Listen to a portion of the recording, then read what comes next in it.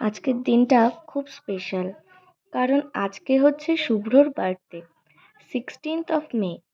Last year ওর বার্থডেতে সামান্য একটুখানি বলতে গেলে ক্যাডবেরিও আমি ওকে দিইনি। এইবার ওর বার্থডেতে এই যে কেকটা পাঠিয়েছে আমার বাবা সেলিব্রেট করার জন্য। আমরা এই বাড়িতে কেক কাটছি ঠিকই, ওই বাড়িতে আবার একটা ছোট্ট টিফিন বক্স করে নিয়ে যাব। যে যতই কাজে ব্যস্ত থাক না কেন, বছরে এই একটা দিন কিন্তু অবশ্যই তাকে ছাড় দেওয়া উচিত। আজকে ও নিজেই নিজের ইচ্ছা মতো নিজেকে ছুটি দিয়ে নিয়েছে। বলল ঘুরতে যাবে। সকাল থেকে বলেনি, হঠাৎ দুপুরে এসে বলছে ঘুরতে যাবে। আমার বিকালে আবার টিউশন ছিল, সেটাও আমার ক্যান্সেল করতে হলো। রাস্তায় বেরোনোর পর আমরা ঠিক করলাম যে যাব একটু মুভি দেখতে।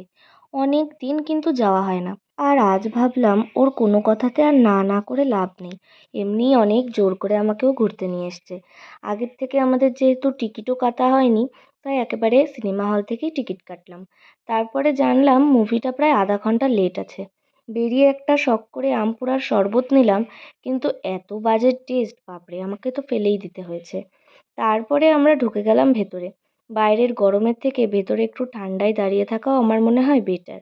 আর এখন ওপরে তো অনেক বসার জায়গা করে দিয়েছে। বাই দ্য ওয়ে, এটা কিন্তু কল্যাণী সঙ্গম হল। ওপরে অনেক বসার জায়গা করে দিয়েছে, সেখানেই বসে ওয়েট করছিলাম যে কখন আমাদের অডি 1টা ওপেন হবে। আমরা আজকে দেখতে গেছিলাম ফাইনাল ডেস্টিনেশন ব্লাড লাইন্স। মুভিটা জাস্ট অসম, 1 মিনিট চোখ সরালেই একটা করে মানুষ কিন্তু গায়েব হয়ে যাচ্ছে। তোমরা যারা যারা দেখোনি অবশ্যই দেখে নিও। মুভি শেষ করে বেরিয়ে এলাম। স্টেশনে দেখি একটা এই ছোট্ট বিল্লু বসে নিজেকে নিজেই চেটে আদর করছে। ট্রেনে কিন্তু বেশ ভিড় ছিল। তারপরে আমরা একটু এদিক ওদিক ঘুরছিলাম, বিশেষ কিছু করিনি। ট্রেনের থেকে নেমে আমার কিন্তু শরীরটা খুব খারাপ হয়ে গেছিলো গরমের কারণে। তারপরে ও খাচ্ছিল মোমো, আমি জাস্ট একটাই বাইট নিয়েছি। আর রাতে একটু ওই বাড়িতে গেছিলাম খাবার দিতে, যেহেতু আজকে ওর জন্মদিন। আর এইখানে এসে দেখো কি দেখছি, গরমের জন্য আমার পরিশোনা ফ্রিজের মধ্যে ঢুকে ঘুমিয়ে পড়েছে। চলো আজকের মতো তাহলে বাই।